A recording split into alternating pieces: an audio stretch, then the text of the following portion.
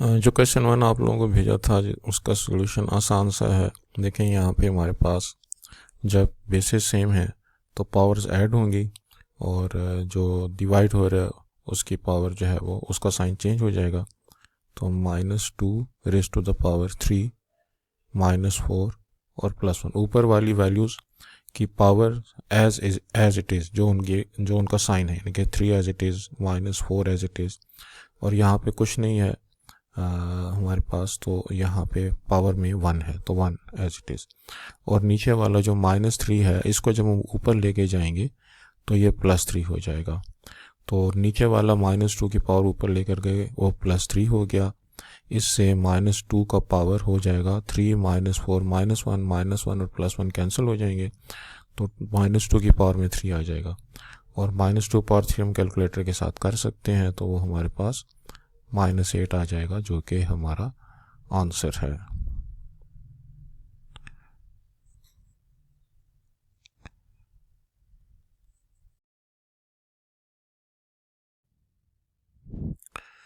Question number 2 में हमारे पास जो सिंप्लीफिकेशन के स्टेप्स हैं उसमें पहले तो हम इस जो 2 पावर 1/2 था इसको हम 2 पावर 1/2 के साथ कैंसिल कर देते हैं, चूँकि दोनों का पावर सेम है। तो हमारे पास 2 पावर 3/4 रह गया पावर में सिर्फ, और 3 पहले 3 की पावर है 1, दूसरे 3 की पावर है 3/2, और नीचे वाले 3 की पावर है +1/2। ये ऊपर जाकर +1/2 हो जाएगा। तो 2 पावर 3/4 और नीचे जो 3 है उसका एलसीएम हमारे पास 2 हो गया। 2 1s are 2, 3 as it is, और यहाँ पे जो हमारे पास 1 है वो भी एज इट इज़। तो ये काम जो है आप कैलकुलेटर के ज़रिए से भी कर सकते हैं। अगर आपका एलसीएम में कोई प्रॉब्लम है तो उसमें जो ABC का बटन होता है वो इसी काम के लिए होता है, तो उसकी आप थोड़ी सी प्रैक्टिस करें तो एलसीएम का काम आप उससे कर सकते हैं। तो 2 पावर 3/4 मल्टीप्लाइड बाय 3 पावर हमारे पास बन जाएगा 6/2। 6 और 2 कैंसिल होते हैं, तो 2 पावर 3/4 मल्टीप्लाइड बाय 3 पावर 3। तो 3 पावर 3 को तो हम सिंप्लीफाई कर सकते हैं, लेकिन अगर हम ऐसे भी छोड़ दें तो हमारा आंसर जो है वो कंप्लीट हो जाएगा।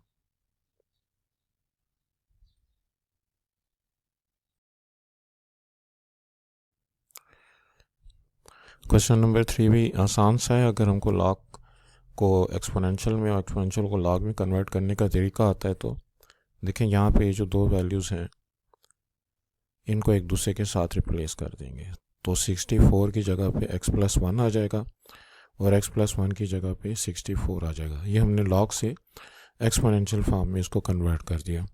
अब अगर मैं 64 के फैक्टर्स बनाऊँ तो 32, 16, 8, फिर 4, फिर 2, फिर 2, तो 1 2 3 4 5 6। तो इसका मतलब ये हुआ कि 64 को 2 पावर 6 लिखा जा सकता है। जब 2 पावर 6 लिखा जा सकता है तो कंपेयरिंग पावर्स,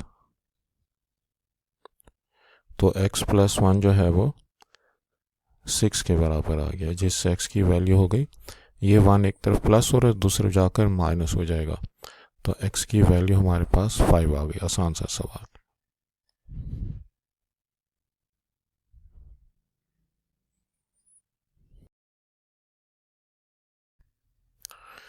क्वेश्चन नंबर 4 भी क्वेश्चन नंबर 3 की तरह से ही है। इसमें भी हम x² -1 और 3 को एक दूसरे के साथ रिप्लेस कर देंगे, तो 2 की पावर में 3 आ जाएगा। x² -1 जो है वो 3 की जगह पे आ जाएगा। अब 2 पावर 3 को मैं सिंप्लीफाई करके लिख सकता हूँ 8 के बराबर होता है। x² -1 as it is. अब ये जो -1 है ये 8 के पास चला जाएगा, तो यहाँ पर x² रह गया। 9 is equal to x² taking square root.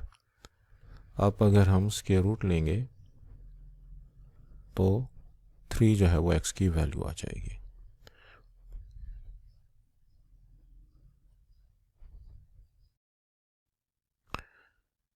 अच्छा, जो हमारे पास क्वेश्चन नंबर 5 था उसको भी हमने लॉग लेके नहीं करना, बल्कि यहाँ पे चूँकि बेस p है तो हम लॉग ले ही नहीं सकते जब तक कि बेस 10 ना हो। तो ये जो log से पहले 2 लगा हुआ है ये 4 का पावर बन जाएगा, बेस b ही रहेगी। log of 5 to the base b as it is, log of 10 to the base b as it is, और log of x to the base b ये भी as it is। अब जो values plus हो रही हैं वो ऊपर न्यूमरेटर में हो जाएंगी 4 पावर 2 और 5, और जो नेगेटिव साइन के साथ हैं वो डिनोमिनेटर में आ जाएंगी, और log की बेस जो है वो b ही रहेगी। राइट साइड पे भी log of x to the base b। अब जो है वो हम दोनों साइड पे एंटी लॉग ले लेते हैं, तो टेकिंग एंटी लॉग लेने से लॉग ख़त्म हो जाएगा, तो हमारे पास रह जाएगा 4 power 2 multiplied by 5 divide by 10 is equal to x। इसको जब हम सिंप्लीफाई करते हैं तो 4 का square 16 into 5 divide by 10 is equal to x। तो इसको अगर हम सिंप्लीफाई करें तो 5 1 ज़ार 5 5 2 ज़ार 10 2 1 ज़ार 2 2 8 ज़ार 16, लिहाजा x की वैल्यू हमारे पास 8 आ गई।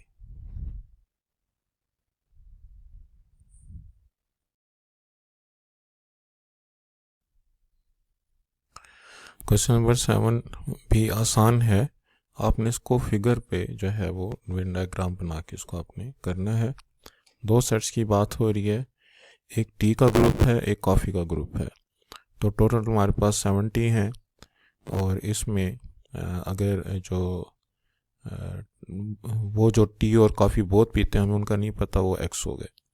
तो जो सिर्फ टी पीते हैं वो क्या हो जाएंगे, वो हो जाएंगे 48 माइनस एक्स, और जो सिर्फ कॉफ़ी पीते हैं वो हो जाएंगे 40 माइनस एक्स। क्योंकि टी पीने वालों की टोटल तादाद 48 है, तो सिर्फ टी पीने वाले 48 माइनस एक्स, और कॉफ़ी पीने वालों की टोटल तादाद 40 है, तो सिर्फ कॉफ़ी पीने वाले 40 माइनस एक्स। अब टोटल चूँकि हमको गिवन है 70 के, तो 48 माइनस एक्स प्लस एक्स और 48 माइनस एक्स, इन सब का सम 70 के बराबर हो गया, जो कि उसने हमें दिया हुआ है। तो इसको सिंप्लीफाई करने से 48 और 40 88 minus x is equal to 70। अब 88 minus 70 is equal to x, तो x की तादाद हमारे पास 18 हो गई। इसका मतलब यह है कि 18 लोग वो हैं जो कि यूज़ बोथ, जो कि कॉफ़ी भी पीते हैं और चाय भी पीते हैं।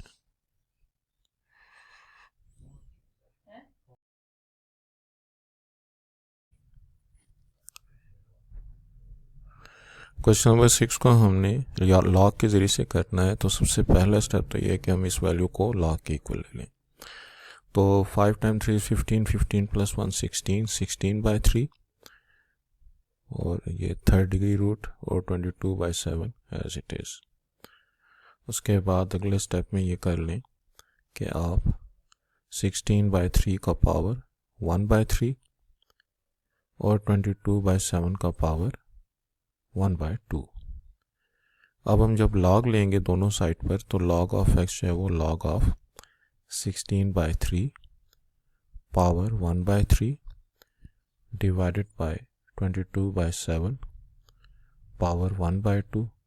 अब ये जब लॉग हम अलग-अलग करेंगे तो हमें पता है मल्टीप्लिकेशन जो है वो प्लस में कन्वर्ट होती है और डिवीजन सब्ट्रैक्शन में। तो 16/3 power 1/3 minus log of 22/7 power 1/2। अब क्या करें, अब आप यूँ करें कि जो पावर है वो लॉग से पहले लगा दें, तो 1/3 लॉग से पहले लग गया, लॉग ऑफ 16/3 माइनस यहाँ पे भी 1/2 लॉग से पहले लग गया, तो लॉग ऑफ 22/7। अब आपके पास log ऑफ x की वैल्यू बनेगी 1/3, और ये चूँकि डिवाइड हो रहा है तो log of 16 minus log of 3 minus 1/2 log of 22 minus log of 7। अब ये वाली वैल्यूज़ आप लोग कैलकुलेटर के ज़रिए से निकाल सकते हैं। तो ये आपके पास बनता है log 16 माइनस log 3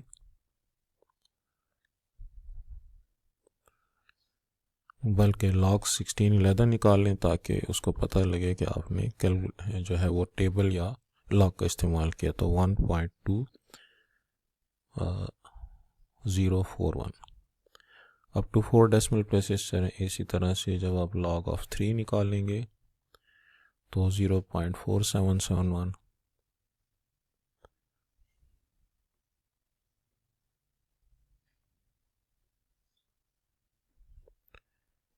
इसी तरह से जब आप log of 22 निकालेंगे कैलकुलेटर के ज़रिए से तो 1.3424,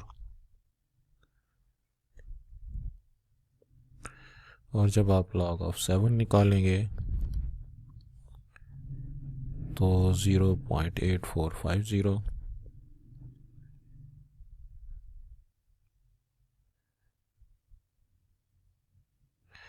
अब इस पूरी एक्सप्रेशन को आप कैलकुलेटर के ज़रिए से फाइंड कर सकते हैं। 1.2041 माइनस 0.4771, इसका जो आंसर है उसको आपने 3 पर डिवाइड कर देना है, तो ये आपके पास बनता है एक्सक्यूज मी 0.2423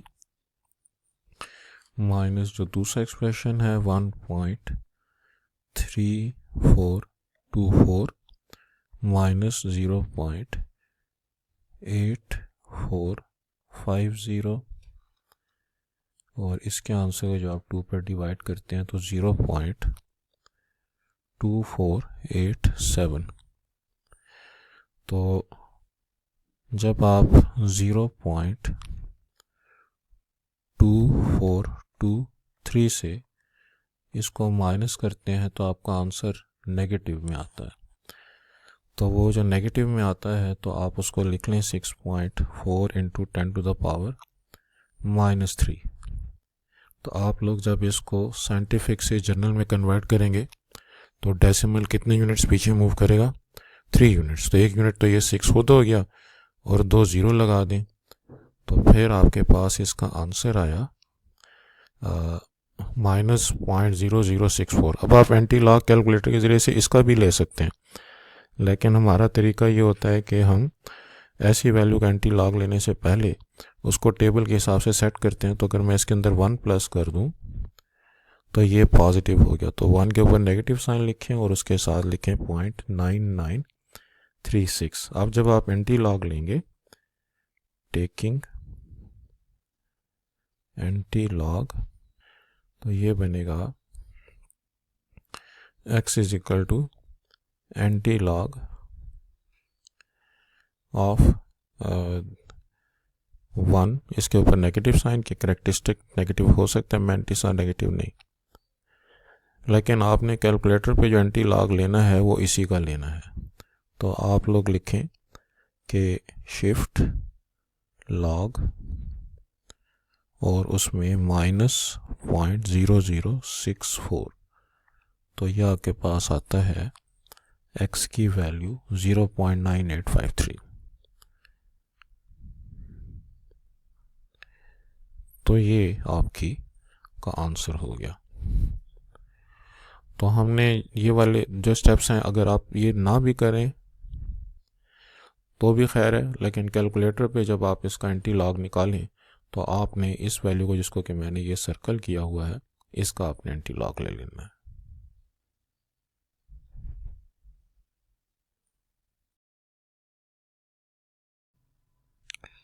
क्वेश्चन नंबर 8 भी पिछले सवाल की तरह ही है, जिसमें बैडमिंटन के खिलाड़ियों की तादाद 350 है और टेबल टेनिस के खिलाड़ियों की तादाद 280 है, और जो दोनों खेलते हैं उनकी तादाद है 150। तो यहाँ पे ये बोथ वाले जो हो गए इनकी तादाद 150, और यहाँ पे जो हमारे पास टेबल टेनिस वाले हैं उनकी तादाद जो सिर्फ टेबल टेनिस खेलेंगे तो वो हो गए 280 माइनस 150, क्योंकि 150 जो है वो तो वो हैं जो कि जो कि दोनों खेल रहे हैं ना।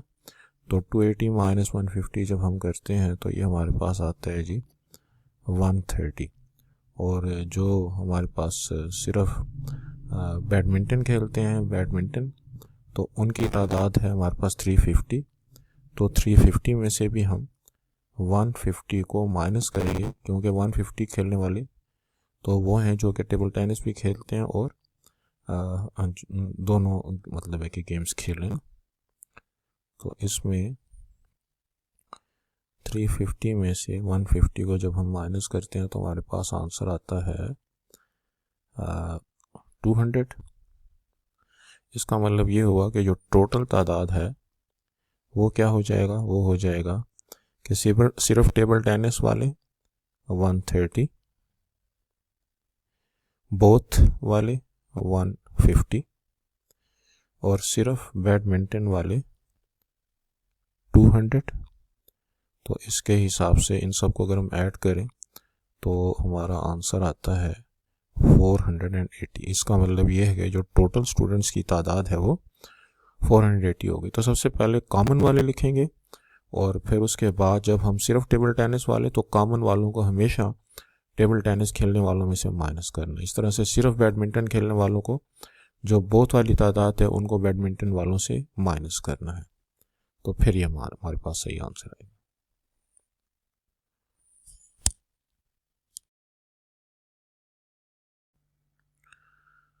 हमारे पास जो क्वेश्चन नंबर 9 है उसमें भी जो हमको 3 सेट्स गिवन है। सबसे पहली बात तो ये कि हम उनको जो सेट बिल्डर नोटेशन में वो गिवन है उसको हमने टेबुलर फॉर्म में लिखना है। तो n नेचुरल नंबर और 3 से छोटे तो वो होते हैं 1 और 2। 3 को नहीं लिखेंगे क्योंकि x चाहे वो 3 से लेस है। इसी तरह से होल नंबर स्टार्ट होते हैं 0 से, तो 0, 1 और इसमें हम 2 नहीं लिखेंगे क्योंकि y 2 से लेस है और c जो है वो तो टेबुलर फॉर्म में हमको गिवन है। अब जब मैं यहाँ पे लेफ्ट हैंड साइड लेता हूँ तो उसके लिए मुझे पहले तो b माइनस सी निकालना है और b माइनस सी से मैं फिर a का क्रॉस प्रोडक्ट लूँगा। तो a as it is, a मेरे पास है 1,2 और इसी तरह से b माइनस सी, b के वो एलिमेंट्स। अब b माइनस सी का मतलब ये कि सिर्फ b के एलिमेंट लिखने, यानी कि माइनस से पहले वाले के एलिमेंट लिखने, लेकिन जो कॉमन है वो छोड़ देना। तो b माइनस सी 0 चूँकि दोनों में कॉमन है, इसको हम छोड़ देंगे। बाकी b में क्या रह गया, बाकी b में सिर्फ 1 रह गया, तो हम इस 1 को लिख देंगे। अब 1,2 का 1 के साथ जब मैं कार्टेशियन प्रोडक्ट लेता हूँ तो 1 को पहले 1 के साथ लिखूँगा और फिर 1 को 2 के साथ लिखूँगा। ये मेरी लेफ्ट हैंड साइड का आंसर आ गया।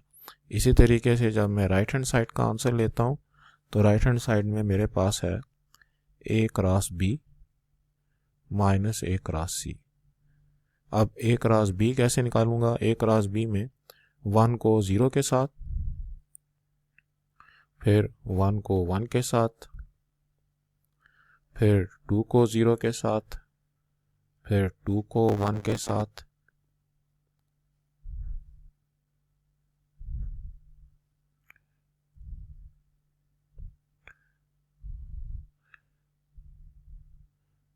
ये a क्रॉस b हो गया। अब जब इसमें से मैंने क्या माइनस करना है, a क्रॉस c, तो a क्रॉस c निकालने के लिए 1 को 0 के साथ,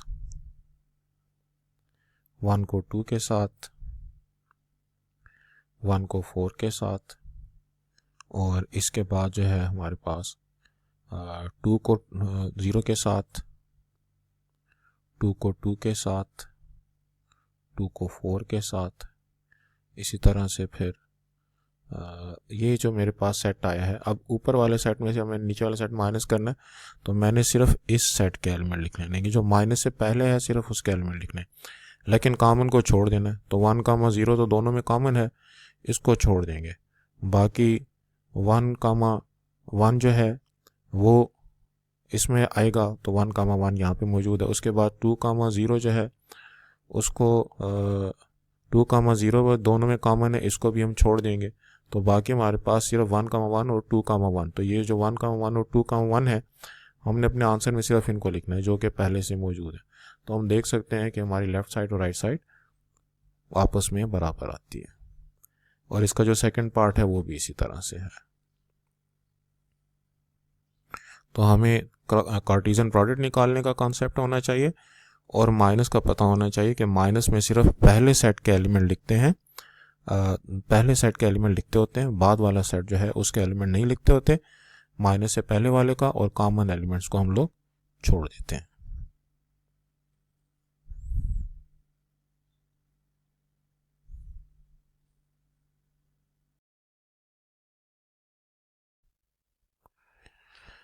ये हमारे पास क्वाड्रेटिक एक्सप्रेशन बनाया जा सकता है क्वेश्चन नंबर 10। तो मैं अगर पुट कर लूँ इसमें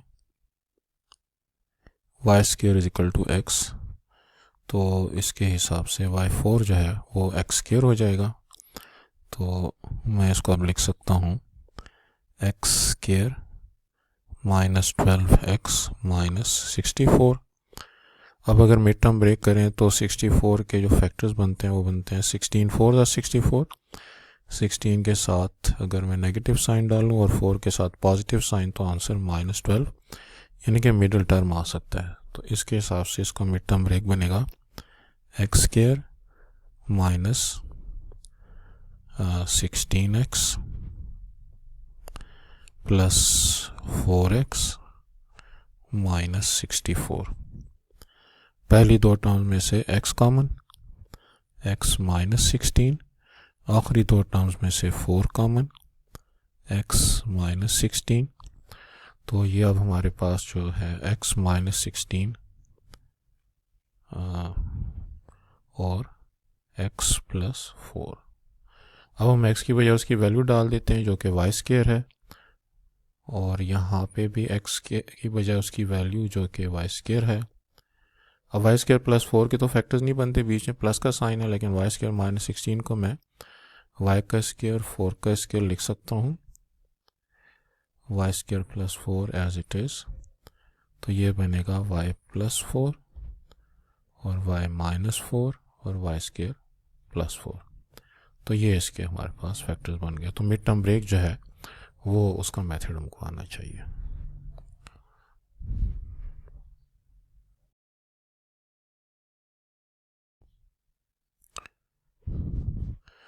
क्वेश्चन नंबर 11 जो है हमारे पास इंपॉर्टेंट क्वेश्चन है। देखें यहाँ पे हम ग्रुप बनाते होते हैं या एडिशन के हिसाब से या मल्टीप्लिकेशन के हिसाब से। अब ऐड करने से तो एक नंबर नहीं आ रहा, लेकिन अगर हम मल्टीप्लाई करें 2 और 6 को तो 12 आता है, और 3 और 4 को भी मल्टीप्लाई करें तो 12 आता है। लिहाजा ग्रुप पहले से बने हुए हैं, इनके हिसाब से मैं अगर x माइनस 2 और x माइनस 6 को मल्टीप्लाई करूँ तो x into x x square, x into 6 is 6x, 2 into x is 2x, और -2 और -6 माइनस माइनस प्लस प्लस 12। इसी तरह से बाकी दो ब्रैकेट्स को मल्टीप्लाई करूँ तो एक्स स्क्वेयर -4x -3x और प्लस 12, और -2x स्क्वेयर जो है वो एज इट इज़, ये जो है आखिर में। अब हमारे पास ये बनेगा एक्स स्क्वेयर और -6x और -2x -8x प्लस 12। इसी तरह से यहाँ पे x square -7x plus 12 -2x square. अब यहाँ पे जो दोनों ब्रैकेट्स में एक जैसे हैं वो हैं x square minus x square plus 12, -8x को बाद में लिख देते हैं, यानी कि इसको इधर और इसको इधर। इसी तरह से दूसरी ब्रैकेट में भी एक्स स्क्वेयर 12 को पहले लिख देते हैं, -7x को बाद में लिख देते हैं।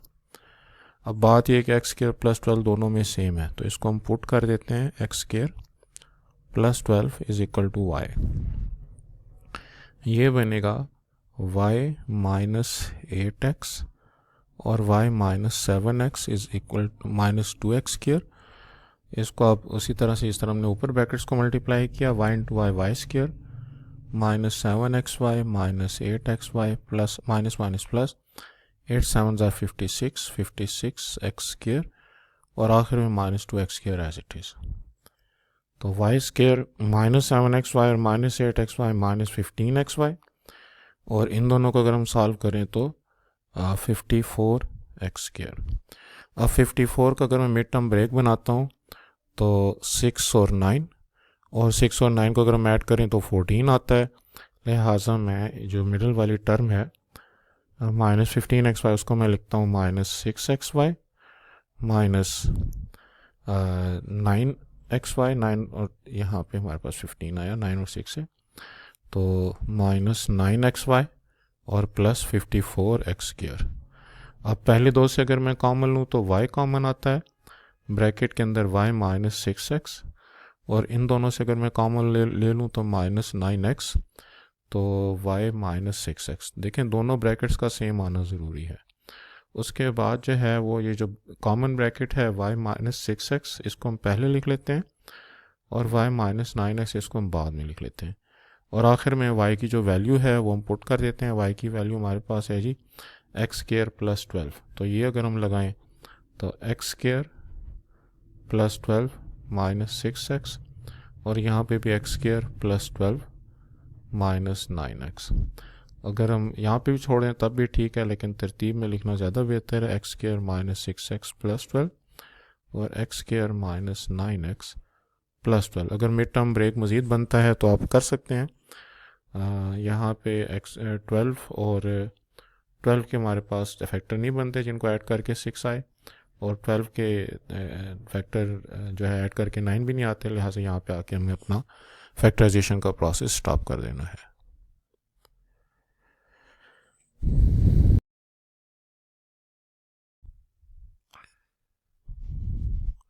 क्वेश्चन नंबर 12 के लिए हमने जो फार्मूला इस्तेमाल करना है मैं उसको पहले लिख देता हूँ। वो है जी a minus b whole cube equals to a cube minus b cube minus 3ab into a minus b. तो इसके हिसाब से जो क्यूब हमारे पास सवाल में गिवन है, एक तो 27p क्यूब है, फिर 64 क्यूब है। वो जो सवाल मैंने आपको भेजे उसमें शायद क्यू स्केयर लिखा होगा, उसकी करेक्शन कर लें, ये वो क्यूब है। उसके बाद जो नेगेटिव वाली वैल्यू है उसको पहले लिख लें 108p स्क्वायर क्यूब, और फिर आखिर में जो पॉजिटिव वाली वैल्यू उसको बाद में लिख लें। अब इनको फार्मूले के हिसाब से हमने जो है वो तरतीब देनी है। तो हमारी पहली वैल्यू जो है वो 3p का क्यूब है, दूसरी वैल्यू 4q का क्यूब है। अब इन दो को देखे बगैर आपने अपनी तरफ से लिखना है माइनस 3ab, a की क्या वैल्यू है 3p, b की क्या वैल्यू है 4q। ये पहली दो ब्रैकेट्स और आखिरी जो बड़ी ब्रैकेट है उसमें आपने माइनस b लिखना है, यानी कि 3p माइनस 4q। अब अगर आप चेक करना चाहें तो चेक कर सकते हैं कि 3 3s are 9, 9 4s are 36 and 36 3s are 108। इसी तरह से 36 4s आर 144। इसका मतलब कि हमने ये जो है सही तरीके से लिखा है। अब फार्मूले की राइट साइड हमारे पास पूरी हो गई है, तो हमने लेफ्ट साइड लिखनी है माइनस बी होल क्यूब, यानी कि 3p minus 4q whole cube. तो ये जो हमारे पास फैक्टर फॉर्म में इसका आंसर हो गया।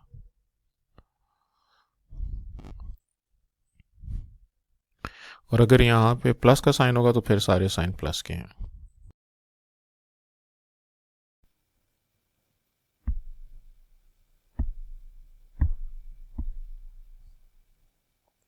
क्वेश्चन नंबर 13 में हमको दो एक्सप्रेशन गिवन है और लिविंग मेथड के जरिए से हमने इनका एससीएफ करना है। इंपॉर्टेंट क्वेश्चन है। सबसे पहली बात तो ये कि दोनों को हमने डिसेंडिंग ऑर्डर में लिखना है। A cube 7a square 16a plus 12। और जो दूसरा एक्सप्रेशन है वो भी a cube plus 5a square plus 13a plus 4। तो अब किसी को भी किसी पर डिवाइड किया जा सकता है। अगर हम डिवाइड करें पहले तो 1 को ए क्यूब से मल्टीप्लाई करते हैं तो ए क्यूब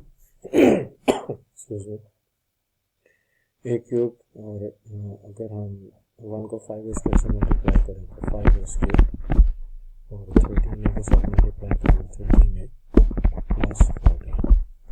अब इनके साइन हम चेंज कर देंगे, plus minus plus minus plus minus, ये कैंसिल हो गया। 7 minus 5 2a square 16 minus 18 plus 3a, और यहाँ पे माइनस 2। अब ए क्यूब 2a स्क्वायर पे तो डिवाइड नहीं होता, लिहाजा हमें इस एक्सप्रेशन को 2 से मल्टीप्लाई करना पड़ेगा, क्योंकि बड़ा है 12 जिसको हमने डिवाइड करने के लिए इसको क्वेश्चन जो है वो 2 बनाना होगा। तो 2 से जब मल्टीप्लाई करते हैं तो 2a cube plus 10a square plus 26a plus 28, 14 2 28। 2a square को जब a से मल्टीप्लाई करते हैं तो 2a cube plus 3a square minus 2a। Sign change कर देते हैं, ये कैंसिल हो गया। तो अब हमारे पास जो बाकी बचता है 13 माइनस 3 10 माइनस 3 7 7a स्क्वायर 26 और 2 28a प्लस 28। इनमें से हम 7 को कॉमन ले सकते हैं, ये बनेगा a स्क्वायर 4a और यहाँ पे भी 4, तो 7 जो है वो हमने कॉमन ले लिया। अब हमारे पास ये जो 2a स्क्वायर है, ये स्क्वायर पे डिविजिबल है, 2 से अगर मल्टीप्लाई करें तो 2a स्क्वायर, और 4 टाइम 2 इज 8a, और 2 4 इज 8।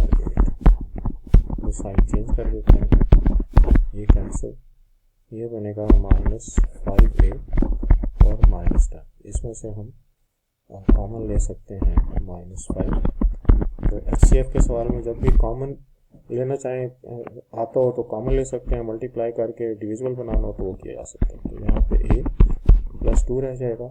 अब a + 2 को a से मल्टीप्लाई करें तो a² + 2a, साइन चेंज कर देते हैं, पहली value cancel, 4a - 2a, 2a + 4। अब जो है a + 2 को हम अगर 2 से मल्टीप्लाई करें तो 2a + 4 बनता है, लिहाजा ये दोनों कट गए और हमारा लास्ट डिवाइजर जो है वो a + 2 हो गया, जो कि हमारा HCF है।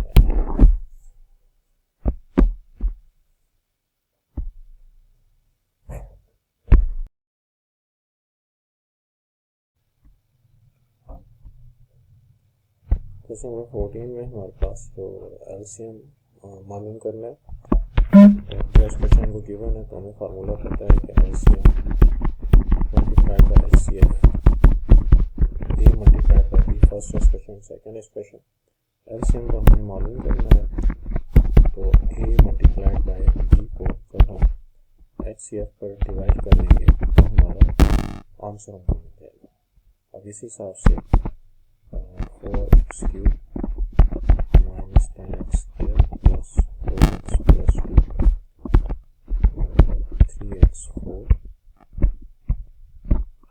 2x³ -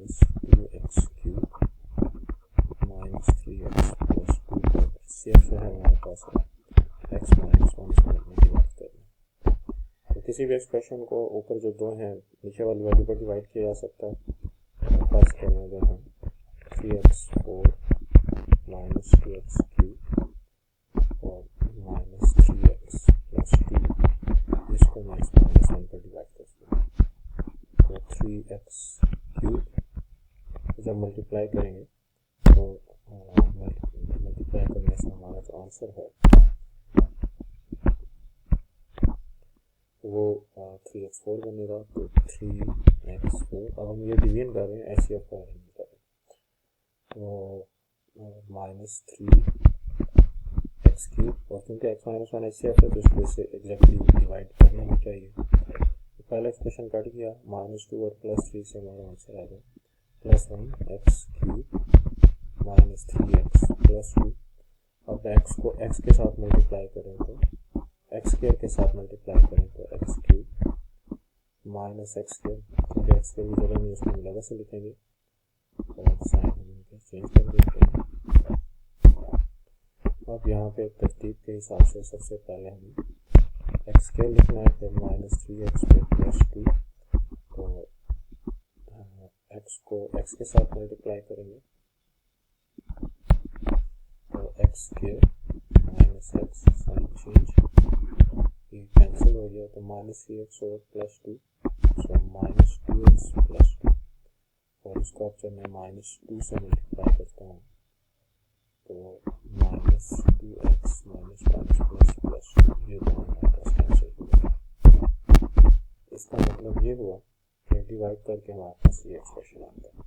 तो हम x - 1 को जब इस पर काटेंगे तो हमारा आंसर आता है 3x³ + x² + x - 2। लिहाजा LCM जो है वो हमारा इन दोनों का प्रोडक्ट जो है LCM हो गया, यानी कि 4x³ - 10x² + 4x + 2 into 3x³ + x² + x - 2। या हम ये भी कर सकते थे कि x - 1 को हो जाएगा 4x³ जो है -10x² + 4x + 2, उसको डिवाइड करना, दोनों सूरतों में आंसर दुरुस्त है।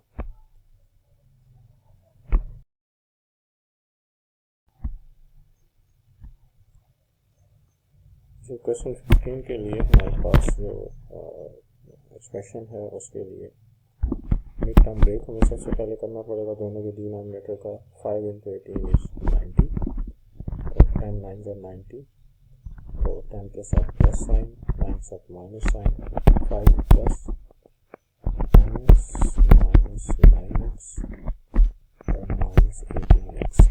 इसी तरह से जो दूसरा एक्सप्रेशन है उसके भी मिड टर्म ब्रेक ही खाते हैं 2 to the 4 तो 1 और 4 हमारे पास 5 होता है तो 2 5x को हम 1x plus 4x plus 2x square लिख देते हैं। अब जो है वो हमारे पास 5 और 5 इन दोनों में अगर हम 5 कॉमन ले लें तो 1 प्लस 2x और इन दोनों में से माइनस कॉमन ले लें तो यहाँ पे भी 1 प्लस 2x।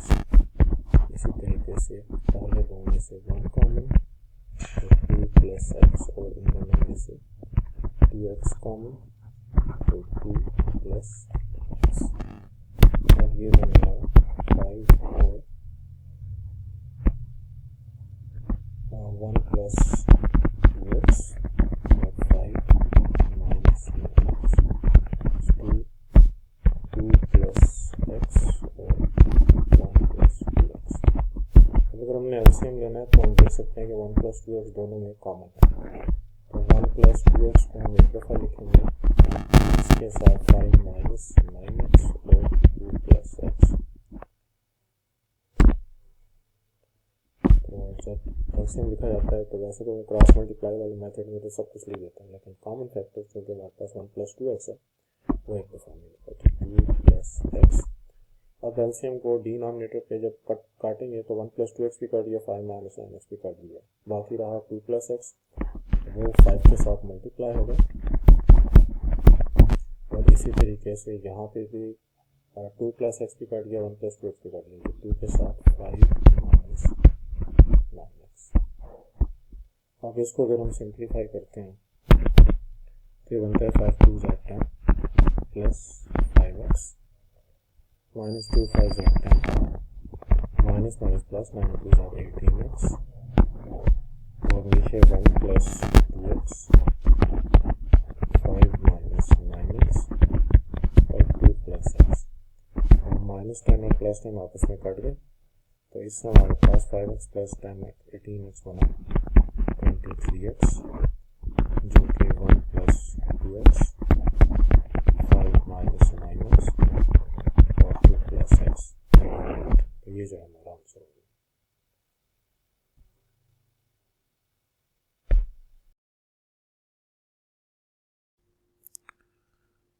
हमारे पास क्वेश्चन 16 में है कि m और n की किस वैल्यू के लिए ये जो एक्सप्रेशन है ये परफेक्ट स्क्वायर होना चाहिए। तो हम इसको जो स्क्वायर रूट का मेथड है उसके मुताबिक 9x4 3x स्क्वायर का स्क्वायर है 3x स्क्वायर में यहाँ पे दोनों जगहों पे लिखता हूँ दोनों को मल्टीप्लाई करें तो 9x4 साइन चेंज कर देंगे कैंसिल हो जाएगा बाकी सारी वैल्यूज़ को हम एक एक करके नीचे उतारेंगे 24x cube minus 14x square plus mx plus n। अब यहाँ पे लिखी वैल्यू 3x स्क्वायर की जो वैल्यू है इसको हम 2 के साथ मल्टीप्लाई करेंगे तो 6x स्क्वायर। अब 6x स्क्वायर को किससे मल्टीप्लाई करेंगे माइनस 24x क्यूब आता है वह है जी माइनस 4x वो माइनस 4x इधर भी लिखेंगे और इधर भी लिखेंगे माइनस 4x को जब 6x स्क्वायर से मल्टीप्लाई करेंगे तो minus 24x cube minus minus plus plus 16x square sine change ये कैंसिल हो जाएगा। अब जब इन वैल्यू को सिंप्लीफाई करते हैं तो ये बनता है जी minus 28x square plus mx plus n। अब यहाँ पे लिखी हुई वैल्यू 3x स्क्वायर इसको 2 से मल्टीप्लाई करें 6x स्क्वायर आता है माइनस 4x को 2 से मल्टीप्लाई करें तो माइनस 8x आता है तो 6x स्क्वायर को किससे मल्टीप्लाई करेंगे हमारे पास माइनस 28 ये मुझसे गलत हो गया माइनस 28 नहीं बल्कि 30 आता है तो 6x स्क्वायर को जब हम माइनस 5 के साथ मल्टीप्लाई करेंगे तो फिर हमारे पास 30 आता है। तो माइनस 5 मैंने नीचे भी लिख दिया ऊपर भी लिख दिया अब सिर्फ माइनस 5 से मल्टीप्लाई करना तो minus 30x² minus minus plus 8 5 40 40x और माइनस माइनस प्लस 25। इनके हम साइन चेंज कर देते हैं तो हमारे पास सिर्फ पहली वैल्यू कटेगी। अब mx और माइनस 40x में से अगर मैं x कॉमन ले लूँ तो ब्रैकेट के अंदर 40 रह गया और यहाँ पर n माइनस 25। अब होना तो ये चाहिए था कि ये वाली वैल्यू ज़ीरो होती, अगर परफेक्ट स्क्वायर होता तो 3 स्टेप में हमारा आंसर वो रिमाइंडर जो ज़ीरो हो जाता है। तो हम क्या करेंगे, ये जो रिमाइंडर है इसमें x का कोफिशिएंट इसको भी ज़ीरो ले लेंगे और n माइनस 25 इसको भी ज़ीरो ले लेंगे। तो यहाँ से m की वैल्यू 40 हो गई और यहाँ से n की वैल्यू हमारे पास 25 हो गई। तो 25 जो है n की वैल्यू होनी चाहिए और m की वैल्यू 40 होनी चाहिए अगर हम चाहते हैं कि ये जो गिवन एक्सप्रेशन है परफेक्ट स्क्वायर हो। तो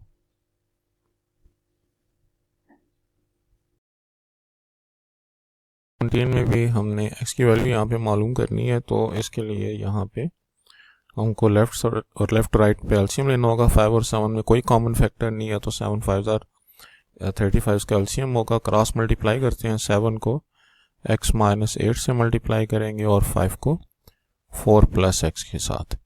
इसी तरह से जो दूसरी वैल्यू है 7 के नीचे कुछ नहीं है तो 1 लगा देते हैं। 1 इंटू 5 एलसीएम हो गया। 7 को 5 से मल्टीप्लाई करते हैं और 1 को 23 माइनस x के साथ। अब अगर हम इसको फर्दर सिंप्लीफाई करें तो 7x माइनस 8 7 जार 56, 5 4 जार 20 और 5x डिवाइड बाय 7 5 जार 35 इज इक्वल टू, यहाँ पे भी 7 5 जार 35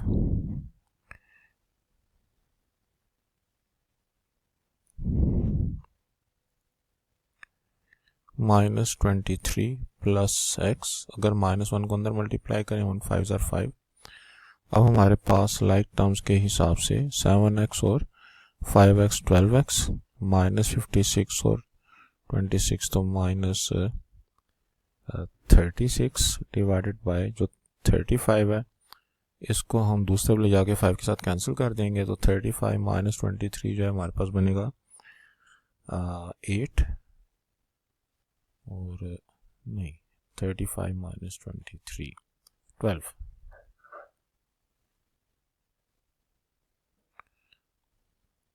प्लस x डिवाइड बाय 5। तो ये जो 35 था वो अगर हम इधर यहाँ पे ऊपर लेकर आए तो ये 5 के साथ कट जाता है। 5 7 जार 35। अब अगर हम सिंप्लीफाई करें तो 12x माइनस 36, 7 को अंदर मल्टीप्लाई कर देते हैं। 12 7 जार 84 प्लस 7x। और अब अगर हम लाइक टर्म्स को इकट्ठा करें तो ये दोनों लाइक टर्म्स हैं, ये दोनों लाइक टर्म्स हैं। 12x plus 7x is equal to 84 plus 36। ये बनता है जी 12 और 7 19x और 6 प्लस 4 10, 8 प्लस 4 3 11। तो यहाँ पे कोई गलती की होगी।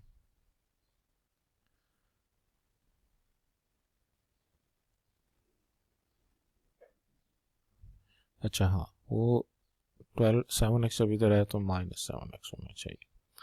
तो माइनस 7x और 12 माइनस 7 5x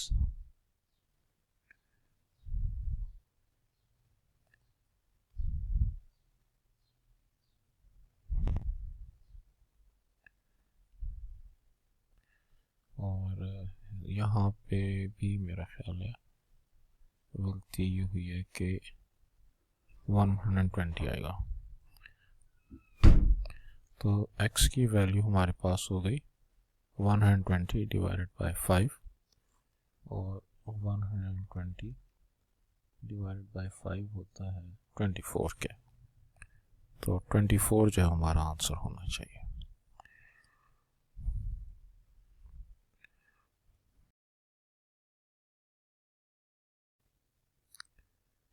क्वेश्चन नंबर 18 में जो हमको वैल्यूज़ गिवन है उनको हमें दोनों साइड पे इनका स्केयरिंग करनी होगी ताकि स्क्वायर रूट ख़त्म हो जाए। जब स्केयरिंग करते हैं तो a plus 6 over a plus 2 equals to a plus 2 over a minus 1।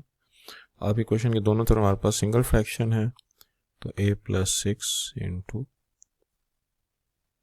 a minus 1 equals to a plus 2 into a plus 2।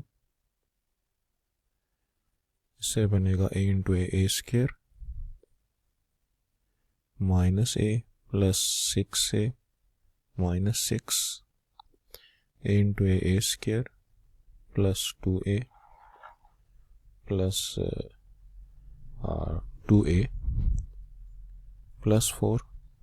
a square दोनों साइड पे मौजूद है, उसको हम कैंसिल कर देते हैं। माइनस से और प्लस 6 से 5a माइनस 6 और राइट साइड पे 2a plus 2a 4a plus 4। तो 5a minus 4a is equal to 4 plus 6। इससे आएगा a इज इक्वल टू 10। तो ये जो a की वैल्यू 10 आई है, चेक करके और फिर कबूल करेंगे कि ये वैलिड है या नहीं। तो अगर मैं इसको लेफ़्ट साइड राइट साइड में पुट करता हूँ तो मेरे पास बनता है प्लस 6 यानी कि 10 प्लस 6 ओवर 10 प्लस 2 और राइट साइड पे भी 10 प्लस 2 ओवर 10 माइनस 1। तो इससे बना 16 डिवाइडेड बाय 12 12 डिवाइडेड बाय 9।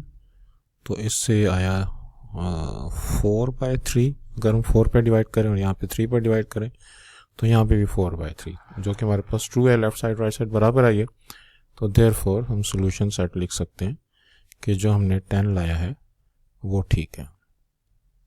और अगर ये हमारी इक्वेशन को सेटिस्फाई ना करे तो फिर हम इसको एक्सट्रानियस रूट कहेंगे।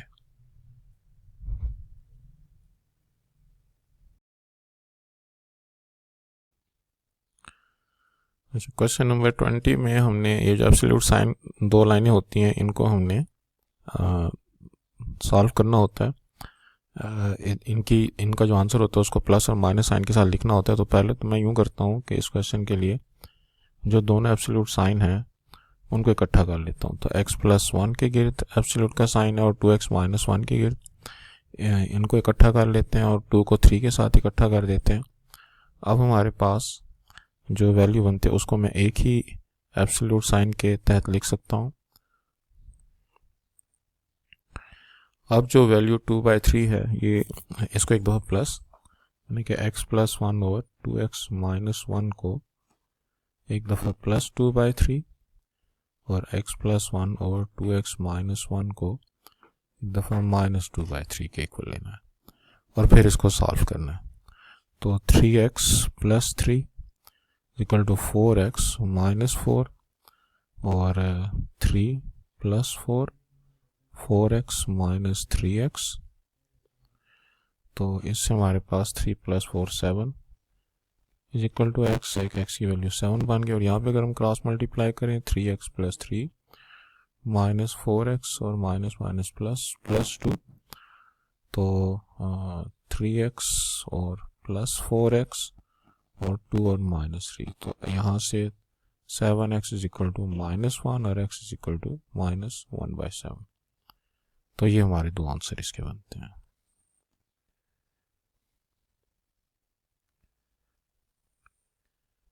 अच्छा, 5 और माइनस 7।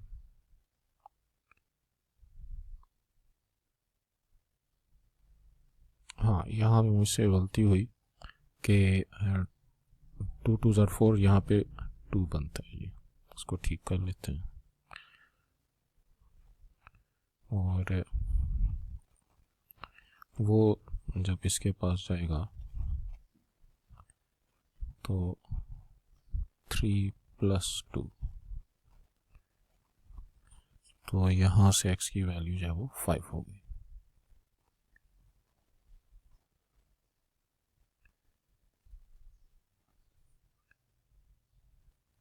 तो 5 और माइनस 1/7 जो है ये हमारा आंसर है।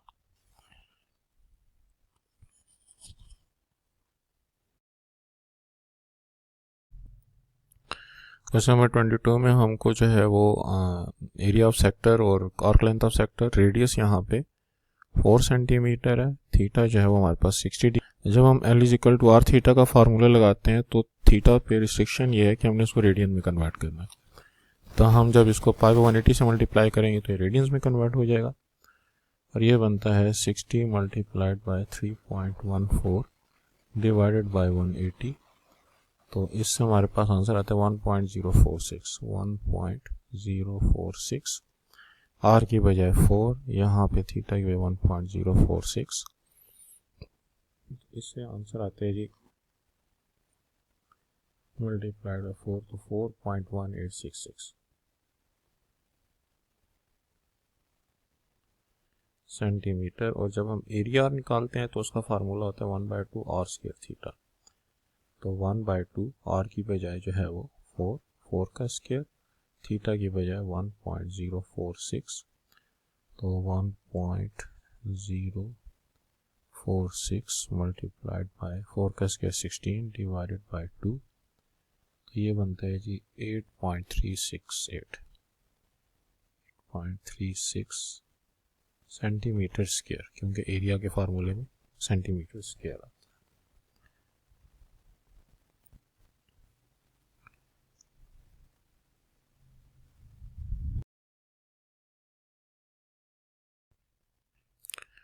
क्वेश्चन नंबर 21 में हमको दो इनइक्वालिटीज गिवन है, इनको हम अलग-अलग से अगर सॉल्व करें तो 116 अगर इधर आ गया तो नेगेटिव, 5x उधर चला गया तो positive, -15 is greater than 5x। अब 5 जो है वो 15 को आगे डिवाइड कर देगा तो -3 इज लेस देन x। और अगर हम नेगेटिव वैल्यू से डिवाइड करते तो इनइक्वालिटी की डायरेक्शन भी चेंज करते हैं। तो 3 -9 इज लेस देन और इक्वल टू 3x/2। 9 को मैं इधर लेकर आया और 3x/2 को इस तरफ, ये -6 बन जाएगा। इसके पास 2 और 3 आकर जो है वो 2 मल्टीप्लाई हो जाएगा, 3 डिवाइड हो जाएगा, 3 2 are 6 तो -4 इज लेस देन और इक्वल टू x। इसका मतलब ये हुआ कि सॉल्यूशन सेट में x सच दैट, जहाँ पे सेट पे तो कोई हाँ लिमिट जो उसने हमें दिए हुए हैं कि x -3 से बड़ा है और -4 से बड़ा है और -3 से छोटा है। तो इस बात को जो है वो ख्याल से लिखना है कि हमने -4 इससे छोटा हो गया और -3 जो है वो इससे बड़ा, और इक्वालिटी का साइन जो है वो -4 के साथ है तो हम यहाँ पे भी लगा देंगे। तो ये जो है हमारा आंसर हो गया।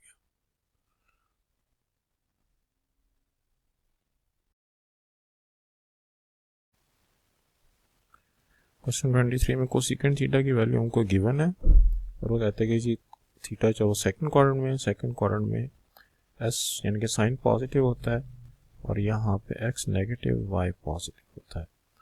तो ये हमें पता होना चाहिए कि कौन से क्वाड्रेंट में क्या पॉजिटिव है क्या नेगेटिव है। फर्स्ट क्वाड्रेंट में x और y दोनों पॉजिटिव होते हैं, सेकंड क्वाड्रेंट में x negative y positive. Cosecant theta किसका उलट है? कोसेकेंट थीटा साइन थीटा का उलट है। तो साइन थीटा 2 का उलट यानी कि 1/2 हो गया। और साइन थीटा का फार्मूला क्या होता है जी? y/r। तो y की वैल्यू हमारे पास 1 हो गई, r की वैल्यू हमारे पास 2 हो गई और इसके हिसाब से आर स्क्वायर जो होता है वो होता है x square plus y square.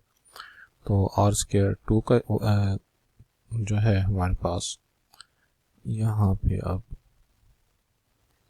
Value जो हमको गिवन है वो गिवन है आर की, तो आर की यहाँ पे मैं वैल्यू लगा देता हूँ 2 का स्क्वायर, x की वैल्यू हमने मालूम करनी है स्क्वायर, तो 4 is equal to x square plus 1। तो 4 minus 1 is equal to x square, जिससे x की वैल्यू हमारे पास आ गई। अगर दोनों साइड पे अंडर रूट लेंगे तो √3। अब मेरे पास पॉजिटिव और नेगेटिव दोनों का ऑप्शन है। जब मैं स्क्वायर रूट लूँगा तो ये प्लस या माइनस का साइन मैं क्वाड्रेंट के हिसाब से लगाऊंगा। सेकंड क्वाड्रेंट है तो मैं इसके साथ नेगेटिव साइन लगाऊंगा और यहाँ पे मैं उसको बताऊंगा कि मैं x के साथ नेगेटिव साइन क्यों लगा रहा हूँ। तो अब मुझे y की वैल्यू भी पता है, r की वैल्यू भी पता है और x की वैल्यू भी पता है। तो cos थीटा जो है वो x/r के बराबर होता है, जो कि बना -√3/2 tangent theta y by x के बराबर होता है, वो बना जी y की वैल्यू है 1 और x की वैल्यू है -1/√3। अब इनसे अगर मैं सीकेंट थीटा की वैल्यू निकालना चाहूँ तो निकाल सकता हूँ, कॉस की वैल्यू को उल्टा कर दूंगा और कोटेन थीटा की वैल्यू के लिए टेंजेंट की वैल्यू को उल्टा कर दूंगा। तो इस तरीके से मेरे सारे ट्रिग्नोमेट्रिक रेशियोज पूरे हो गए।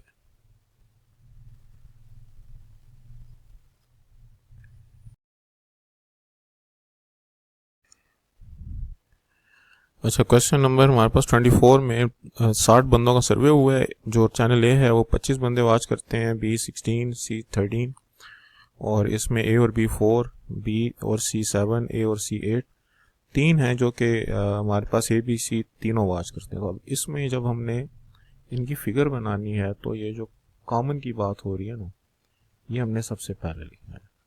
तो ए बी और सी में 3 का जो फिगर है जो कि इनका कॉमन एरिया जो ए बी और सी तीनों आवाज करते हैं वो हम सबसे पहले लिखेंगे। ये एक इम्पॉर्टेंट क्वेश्चन था पिछले चैप्टर्स में, तो मुझसे रह गया था, तो अब हम इसको कवर करते हैं। अब ये देखें कि ए और बी कितने आवाज करते हैं। तो ए और बी 4, तो 4 में से 3 तो यहाँ पे कॉमन में आ गया, बाकी 1 बच गया। इसी तरह से बी और सी कितने आवाज करते हैं, वो करते हैं 7, तो 7 में से 3 यहाँ पे रह गया और 7 माइनस 3 यहाँ पे आपके पास 4 आ गया। ए और सी जो है वो 8 वॉच करते हैं, तो 8 में से 3 यहाँ पे कॉमन में आ गया और बाकी आपके पास 5 रह गया। इसी तरह से अब आपके पास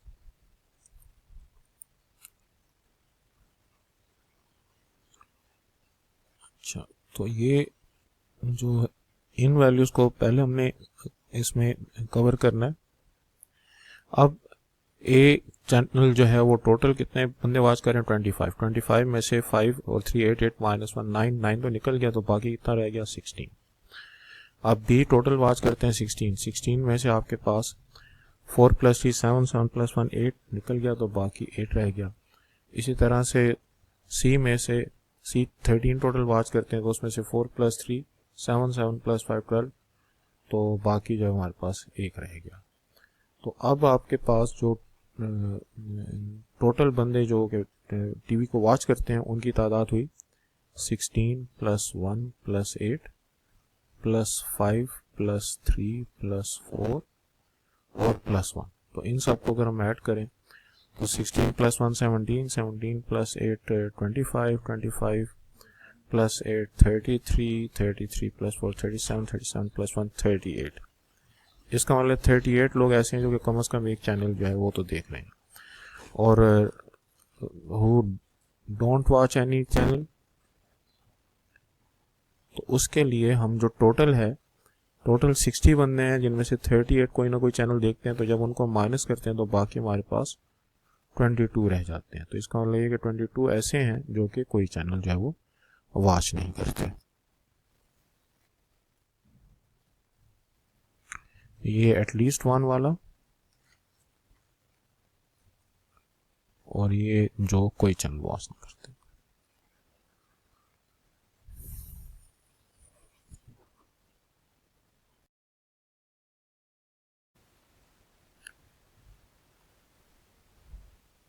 तो बस हमारे पास जो tan थीटा की वैल्यू है -1 आ गई। अब इसके हिसाब से हमने कोसेकेंट थीटा की वैल्यू जब हम निकालेंगे तो वो -1/√2 का उलट यानी कि √2/-1।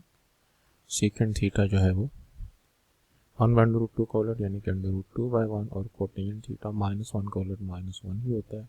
ये हमारा आंसर आ जाएगा।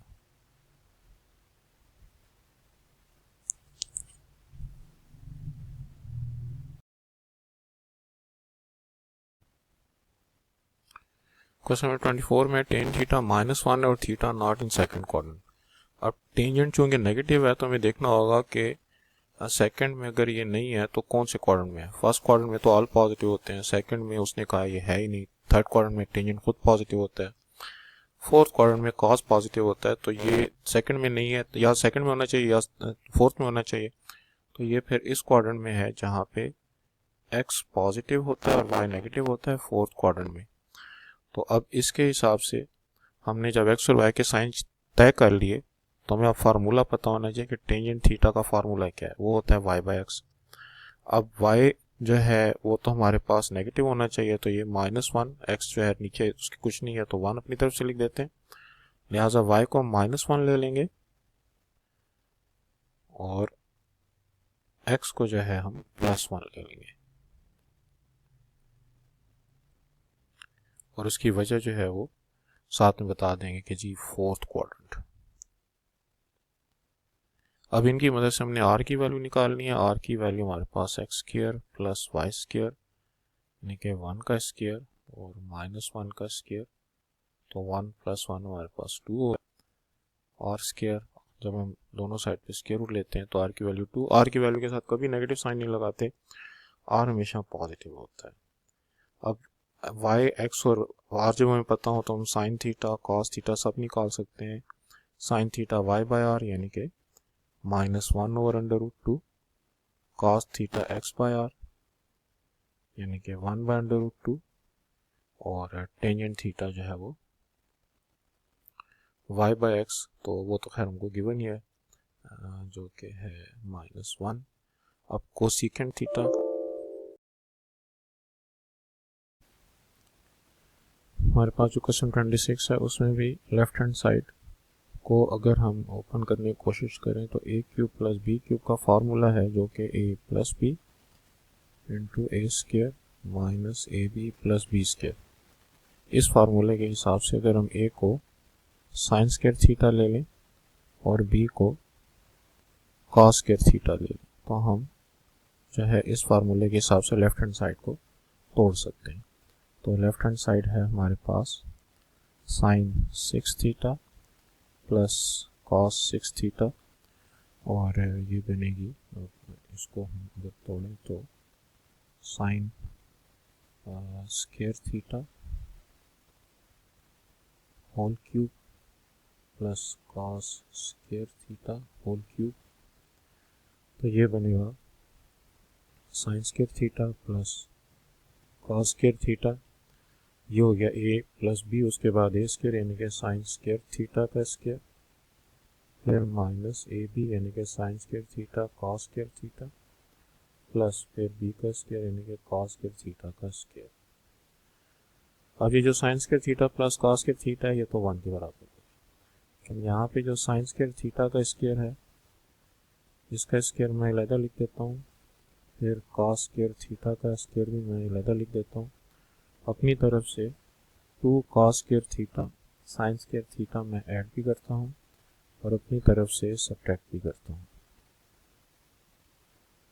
ये मेरा स्टार स्टेप हो गया कि जिसमें मैंने कुछ अपनी तरफ से ऐड भी किया और वही अपनी तरफ सब्ट्रैक्ट भी किया, और आखिर में minus sign square theta cos square theta जो हमारे पास रह गया था वो आखिर में लिख दिया। अभी जो ऊपर की 3 टर्म्स हैं ये तो फार्मूला बना रही है a² + b² + 2ab, जिसको कि sine square theta plus cos square theta whole square लिख सकते हैं। और नीचे जो हमारे पास ये दो वैल्यूज़ हैं ये दोनों मिलकर -3 sine square theta cos square theta, तो मैं ऐड कर रहे हैं, मल्टीप्लाई नहीं कर रहे, हमने इनकी पावर नहीं ऐड करनी, इनके कोएफिशिएंट्स ऐड करने। तो हमारे पास sine square theta plus cos square theta ये 1 के बराबर होता है, और इसमें sine square theta cos square theta तो आंसर आ गया 1 - 3 sine square theta cos square theta. तो ये हमारी राइट हैंड साइड थी।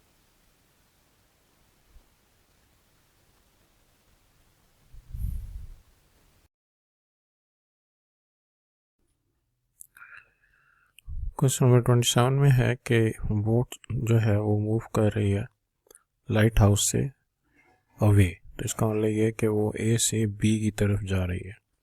लाइट हाउस की जो हाइट है वो हमको गिवन है 206.6 मीटर, और जो एंगल ऑफ एलिवेशन पहले 60 था दूर जाके पॉइंट बी पर वो 45 हो जाता है। और यहाँ से ए से बी तक जो स्पीड है उसकी जो वो हमने मालूम करनी है, और 120 सेकंड्स लगे हैं इसको ए से बी तक पहुँचने में। तो हम ये डिस्टेंस मालूम कर लेते हैं ए से बी तक का, और इस पॉइंट को अगर हम इस लाइट हाउस को हम सी डी कह दें तो ए से डी तक के डिस्टेंस को हम वाई ले लेते हैं। अब हमारे पास दो राइट एंगल ट्राइंगल बन रही है। तो अगर मैं ट्राइंगल बी सी और डी ले लूँ तो tangent of 45 perpendicular by base के हिसाब से 206.6 ओवर एक्स प्लस वाई बनेगा। और टेन 45 जो होता है 1 के बराबर होता है तो 206.6 ओवर एक्स प्लस वाई। तो एक्स प्लस वाई जो है वो 206.6 हो गया। और अगर मैं दूसरी ट्राइंगल कंसिडर करूं, छोटी ट्राइंगल ए सी डी, वो भी राइट एंगल ट्राइंगल है, तो उसमें टेंजेंट ऑफ 60 जो है वो परपेंडिकुलर 200.6 ओवर वाई के बराबर हो गया। इससे y की वैल्यू आती है 206.6 डिवाइड बाय टेंजेंट ऑफ 60। यहाँ से जो y की वैल्यू बनती है वो बनती है जी 206.6 डिवाइडेड बाय टेंजेंट ऑफ 60, तो 119.28। ये जो y की वैल्यू है ये मैं उठा के अगर इक्वेशन 1 में पुट कर दूं तो पुट इन 1, ये बनेगा x प्लस वाई, वाई की बजाय 119.28 इज इक्वल टू 206.6। तो x की वैल्यू बनी 206.6 माइनस 119.28 जो कि बनती है 206.6 माइनस आंसर 87.3 मीटर। तो 87.3 मीटर 120 सेकंड्स में ना। तो ये डिस्टेंस है, डिस्टेंस इज इक्वल टू 87.3 में जो है वो है 120 सेकंड्स। तो स्पीड जो होती है वो होती है डिस्टेंस डिवाइडेड बाय टाइम। तो डिस्टेंस 87.3 को अगर हम 120 पर डिवाइड करें तो हमारा आंसर आता है 0.72 मीटर पर सेकंड। तो ये जो है बोट की स्पीड हो गई, जिस स्पीड से वो पॉइंट ए से बी की तरफ मूव कर रही है।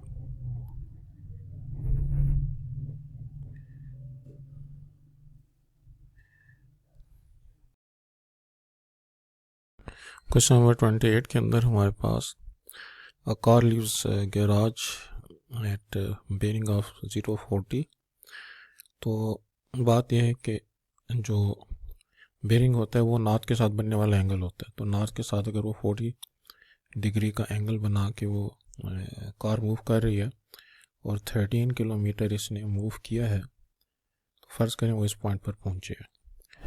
और अब वो ये क्वेश्चन में पूछा गया है कि उसने नॉर्थ की तरफ कितना सफ़र तय किया और ईस्ट की तरफ कितना सफ़र तय किया। तो नॉर्थ ऊपर की तरफ होता है, तो इसका मतलब ये हुआ कि इस डायरेक्शन में इसने कितना सफ़र तय किया है। और ईस्ट राइट साइड पर, तो ये राइट साइड पर जो डिस्टेंस है उसको अगर मैं x ले लूँ और जो अपवर्ड डिस्टेंस है उसको y ले लूँ तो मुझे x और y निकालने। लेकिन इससे पहले यहाँ पे अगर 40 डिग्री का एंगल बन रहा है तो ये एंगल चूँकि पूरा 90 का है तो बाकी एंगल ये वाला 50 बच गया। लिहाजा अगर मैं इसको लेबल कर लूँ ABC, तो मुझे राइट एंगल ट्राइंगल ABC में फॉर ट्राइंगल ABC अगर x मालूम करना है तो मैं उसके लिए साइन ऑफ 50 जो कि y/13 होगा, और अगर x मालूम करना है तो cos ऑफ 50 जो कि x/13, यानी कि बेस परपेंडिकुलर हाइपोटेन्यूज और बेस और हाइपोटेन्यूज। तो यहाँ से y की वैल्यू हो गई 13 इंटू साइन ऑफ 50। तो 13 इंटू साइन ऑफ 50 बनता है 9.958 और यहाँ से x की वैल्यू 13 इंटू कॉस ऑफ 50 जो कि बनती है 13 इंटू कॉस ऑफ 50 8.35। तो x इज इक्वल टू 8.35। ये भी किलोमीटर और ये भी किलोमीटर। तो हमारे पास 8.35 जो था वो टुवर्ड्स ईस्ट और ये जो है वो टुवर्ड्स नॉर्थ।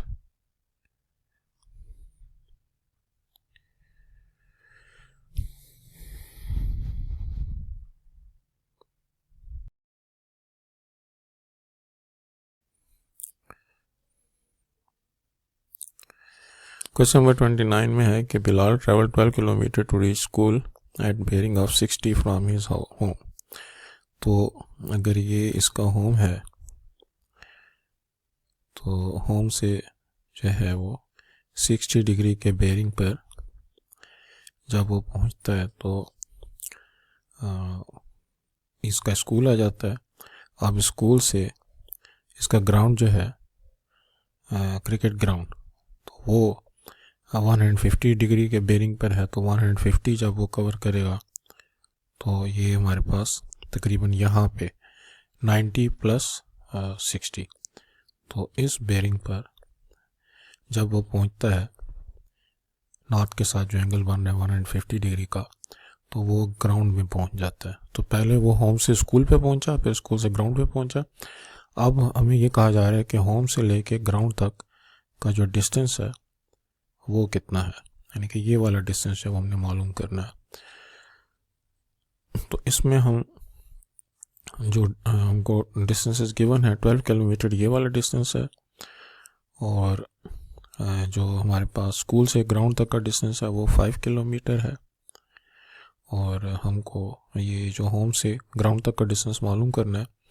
इसको अगर हम x कर लें तो यहाँ पे बनने वाला एंगल हमारे पास दो हिस्से बनने हैं।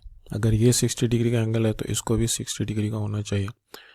और अगर ये हमारे पास 150 है और ये टोटल हमारे पास 180 बन गया, यानी कि यहाँ से लेके यहाँ तक का एंगल हमारे पास 180 है। तो 180 में से 150 को अगर हम माइनस कर दें तो बाकी हमारे पास रह जाता है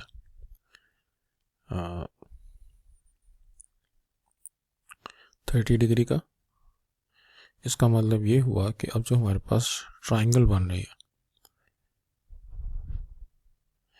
यहाँ पे 90 डिग्री का एंगल बन रहा है, ये हमारे पास 60 डिग्री ऐसे जो है 12 किलोमीटर ये बन रहा है।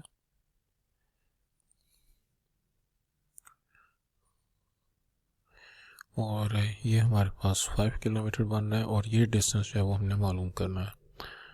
तो इसके हिसाब से x जो है ये हमारे पास हाइपोटेन्यूज हो गया। तो हाइपोटेन्यूज स्क्वायर जो है वो base square plus perpendicular square यानी कि 5 स्क्वायर प्लस 12 स्क्वायर। तो ये बनता है ये 25 प्लस 144 जो कि 169 बनता है। तो अगर दोनों साइड का स्क्वायर रूट ले लिया जाए तो h square is equal to 169। यहाँ पे भी स्क्वायर रूट, यहाँ पे भी स्क्वायर रूट, तो h की वैल्यू हमारे पास 13 आ गई।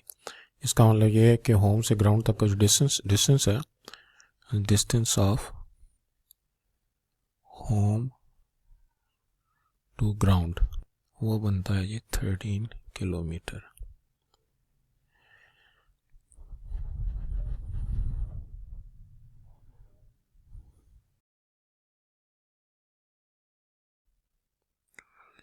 अच्छा, क्वेश्चन नंबर 30 में हमको ट्राइंगल ये BC गिवन है, DAB का मिड पॉइंट है।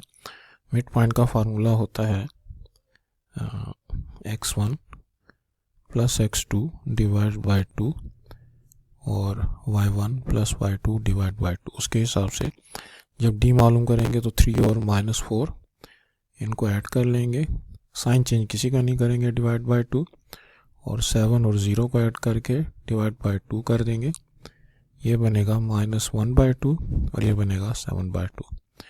इसी तरह से e मालूम करेंगे तो हमारे पास 3 प्लस 4 डिवाइड बाई 2 और 7 प्लस 0 डिवाइड बाई 2। तो ये आसान सा फार्मूला है मिड पॉइंट का, जिसके ज़रिए से हम लोग जो है वो मिड पॉइंट निकाल सकते हैं। अब हमने डिस्टेंस DE मालूम करना है और डिस्टेंस BC मालूम करके उसको कंपेयर करना है। तो डिस्टेंस DE जब हम मालूम करते हैं तो ये जो हमारे पास D डिस्टेंस आया और ये डिस्टेंस आया, फार्मूला क्या है, x1 minus x2 whole square. तो 7/2 यानी कि इसको जो है वो हम x के साथ जोड़ेंगे। तो 7/2 और 1/2 माइनस 1/2 इसका साइन हम चेंज कर देंगे।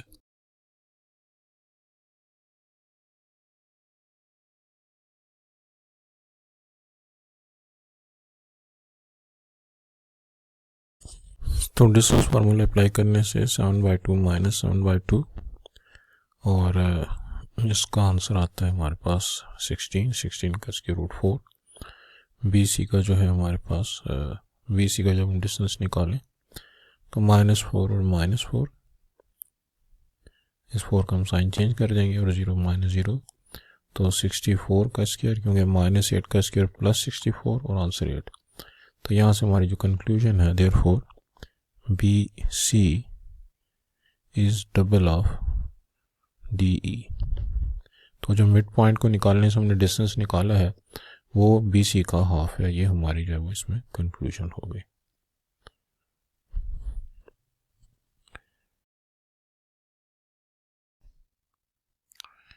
क्वेश्चन नंबर 31 में है कि AQ जो है -1, 2 और S के साथ परपेंडिकुलर है। जब दो लाइनें पैरेलल होती हैं तो उनके स्लोप्स इक्वल होते हैं। परपेंडिकुलर हो तो स्लोप का प्रोडक्ट -1 होता है। तो स्लोप ऑफ AQ अगर हम निकालेंगे तो फार्मूला क्या है जी, y2 minus y1 over x2 minus x1। तो y को y के साथ जोड़ना है, x को x के साथ जोड़ना है, ऊपर y की वैल्यूज़ को जोड़ना है। तो 7 माइनस 2, एक का साइन हमने चेंज कर दिया। इस तरीके से 4 माइनस 1 को हम +1 कर देंगे, उसका साइन चेंज कर देंगे। तो 7 माइनस 2 5 हो गया और नीचे 1।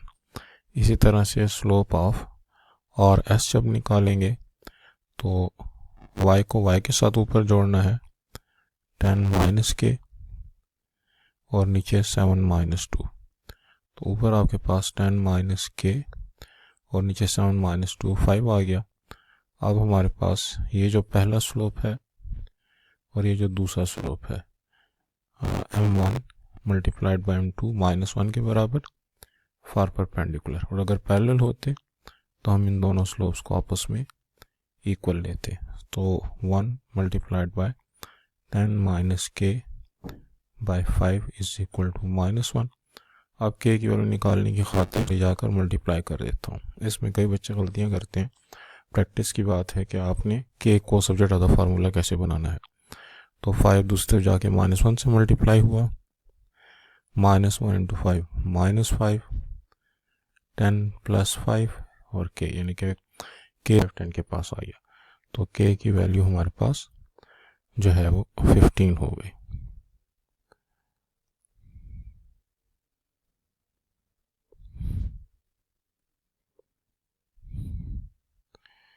ये इस केस में मेरा आंसर है।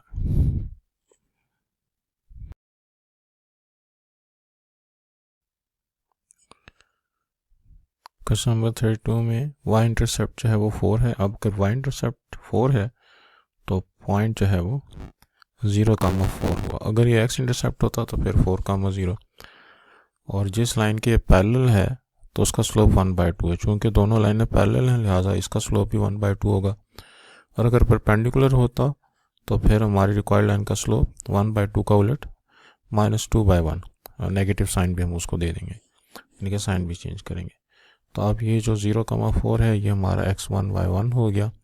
इक्वेशन ऑफ लाइन का सबसे ज़्यादा इस्तेमाल होने वाला जो फार्मूला है वो है y माइनस y1 और x minus x1 is equal to m। इसको पॉइंट स्लोप फॉर्म भी कहते हैं। तो इसमें m की बजाय y1 की बजाय हम 4 लगा देंगे, x1 की बजाय 0 लगा देंगे और m की बजाय 1/2 लगा देंगे। तो कई बच्चे जो है y equal to mx plus c वाला फार्मूला भी इस्तेमाल करते हैं।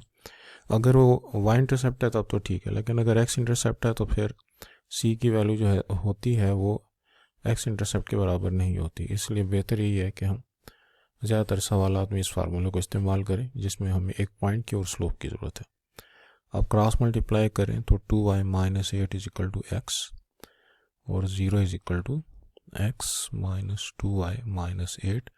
तो ये हमारे पास इक्वेशन ऑफ रिक्वायर्ड लाइन आ गई।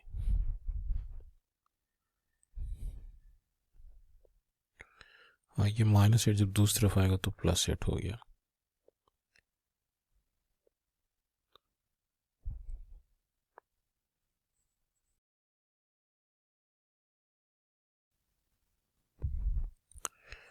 अच्छा, इसमें हमारे पास जो क्वेश्चन नंबर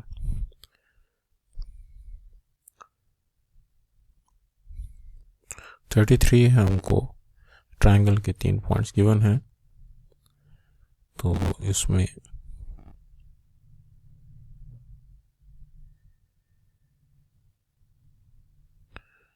ए, बी और सी, इसमें सबसे पहले हम लाइन ए बी का इक्वेशन जब निकालते हैं तो हमें उसके स्लोप की ज़रूरत है। स्लोप निकालने का फार्मूला y2 माइनस y1 और x2 माइनस x1, और उसके अलावा हमें एक पॉइंट की ज़रूरत है तो वो हम 0,4 भी ले सकते हैं और 4,6 भी ले सकते हैं। तो जो हमारा फार्मूला है y माइनस y1 और x minus x1 is equal to m, इसके अंदर अगर हम वैल्यूज़ की पुटिंग करें तो y माइनस 4 और x माइनस 0 और स्लोप की बजाय 1, जिसको सिंप्लीफाई करके 0 is equal to x minus y plus 4 आता है। इसी तरीके से अगर हमें मीडियन की इक्वेशन निकालनी हो तो सबसे पहले हम यहाँ पे जो मिड पॉइंट है m1 उसकी वैल्यू निकालने खातिर फार्मूला x1 प्लस x2 तो 0, 4 और 4 6 का मिड पॉइंट निकाल देंगे जो कि हमको 2,5 देता है। सिंप्लीफाई करके 4/2 2 और 10/2 5, और इसको जब हम c के साथ वर्टेक्स -2 के साथ मिलाते हैं तो पहले हम इसका स्लोप निकालेंगे। y2 माइनस y1 5 को 2 के साथ जोड़ेंगे और इस 2 को इस 2 के साथ जोड़ेंगे तो हमारा जो स्लोप है वो आ जाएगा 7/4। अब हमको जिस पॉइंट की ज़रूरत है तो वो हमने c पॉइंट ले लिया, और इस पॉइंट को जब मैं डिवाइड करता हूँ, इस पॉइंट को फार्मूले में जो हम इस्तेमाल करेंगे तो हमारे पास 7x माइनस 4y प्लस 6 जब मीडियन की वैल्यू आ गई। इस तरह से जो एल्टीट्यूड की इक्वेशन है वो सी से स्टार्ट होके अपोजिट साइड के साथ 90 डिग्री का एंगल बनाएगा।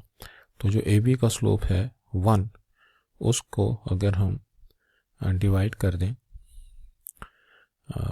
उसका नेगेटिव रेसिप्रोकल ले लें तो -1 जो है हमारे पास एल्टीट्यूड का स्लोप आता है। तो इस एल्टीट्यूड के स्लोप को हम इस्तेमाल कर सकते हैं इक्वेशन ऑफ एल्टीट्यूड निकालने के लिए। y minus y1 x minus x1, y1 x1 की बजाय c की वैल्यू जो है वो उसके पॉइंट्स लगा देंगे और m की बजाय -1, तो इसको सिंप्लीफाई करके x प्लस y प्लस 4 हमारे पास आता है। तो ये भी मैंने एक साइड ए बी के लिए equation of line, equation of median, equation of altitude मालूम किया। इसी तरीके से आप लोगों ने बाकी जो 2 साइड्स हैं ए सी और बी सी, उनके लिए भी आपने लाइन की इक्वेशन, मीडियन की इक्वेशन और एल्टीट्यूड की इक्वेशन फाइंड करनी है।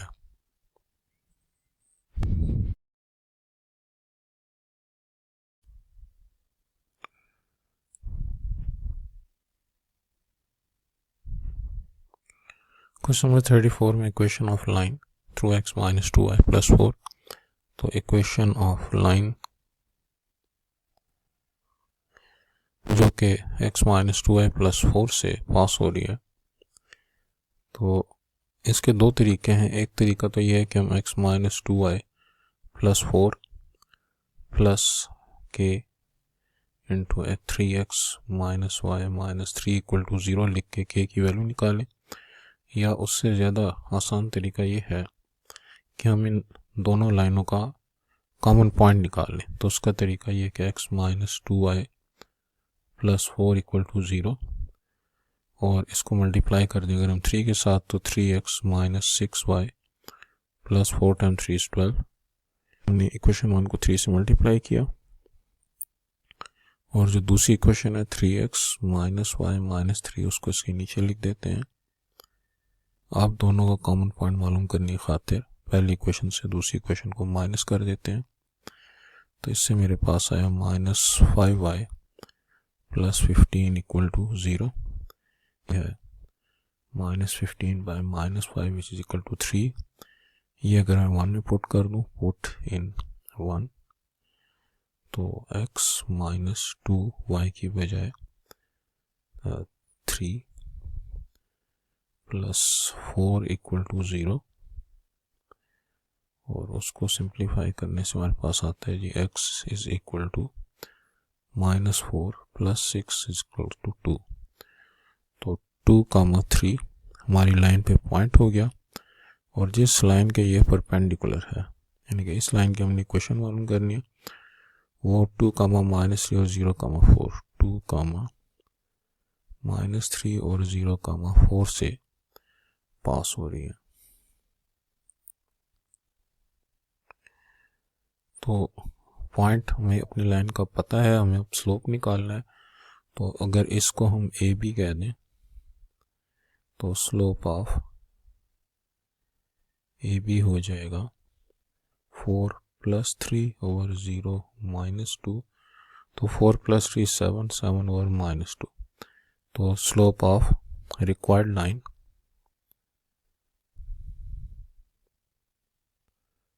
वो 7/-2 का नेगेटिव रेसिप्रोकल यानी कि 2/7 हो जाएगा।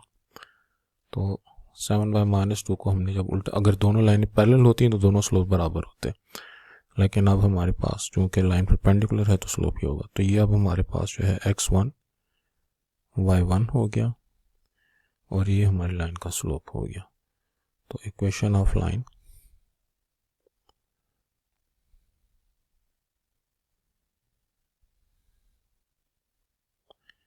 y माइनस y1, y1 की बजाय 3, x माइनस x1, x1 की बजाय 2, और स्लोप की बजाय 2/7। तो इसको अगर हम सिंप्लीफाई करें तो 7y minus 21 is equal to 2x minus 4। तो 0 is equal to 2x minus 7y minus 4 plus 21। तो 2x माइनस 7y प्लस 17, ये जो है हमारी रिक्वायर्ड लाइन हो गई।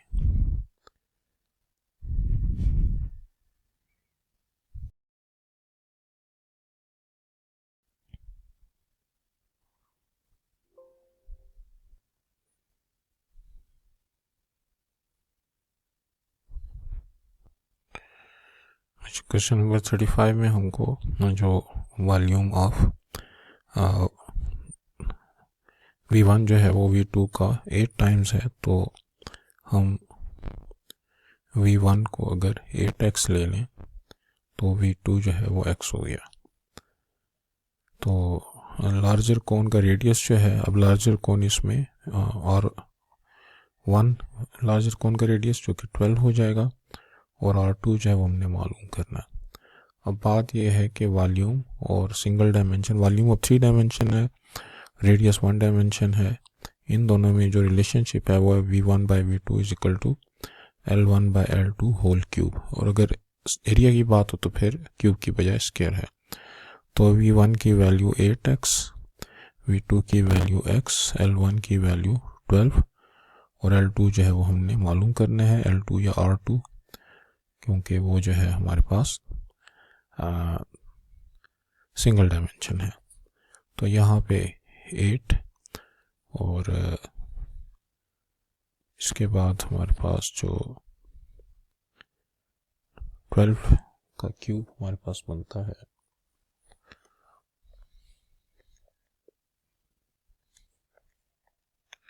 1728। नीचे हमारे पास R2 का क्यूब, तो R2 क्यूब जो है वो 8 की जगह, R2 क्यूब जो है वो 8 की जगह आ गया, और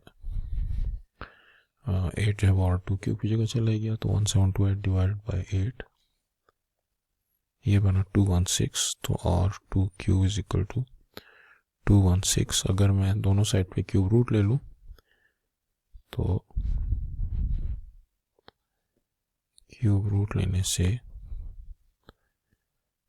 हमारे पास और 2 पावर 3 1/3 और 216 पावर 1/3, तो कैलकुलेटर पे इसका क्यूब रूट लेने से मेरे पास आंसर आता है 6।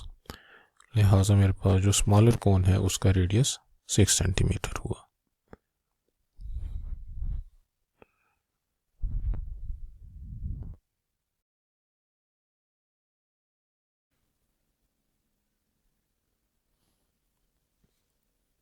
क्वेश्चन नंबर 36 में है exterior angle of regular polygon. तो सम ऑफ एक्सटीरियर एंगल जो होता है वो होता है जी 360। तो 1 एक्सटीरियर एंगल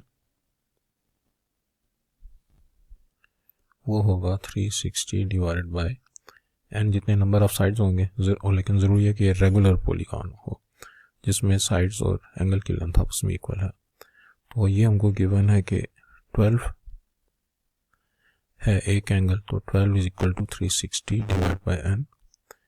यहाँ से जब हम एन की वैल्यू निकालते हैं तो n is equal to 360 divide by 12, n की जगह 12 एन की जगह, तो 360 डिवाइडेड बाय 12 बनता है 30।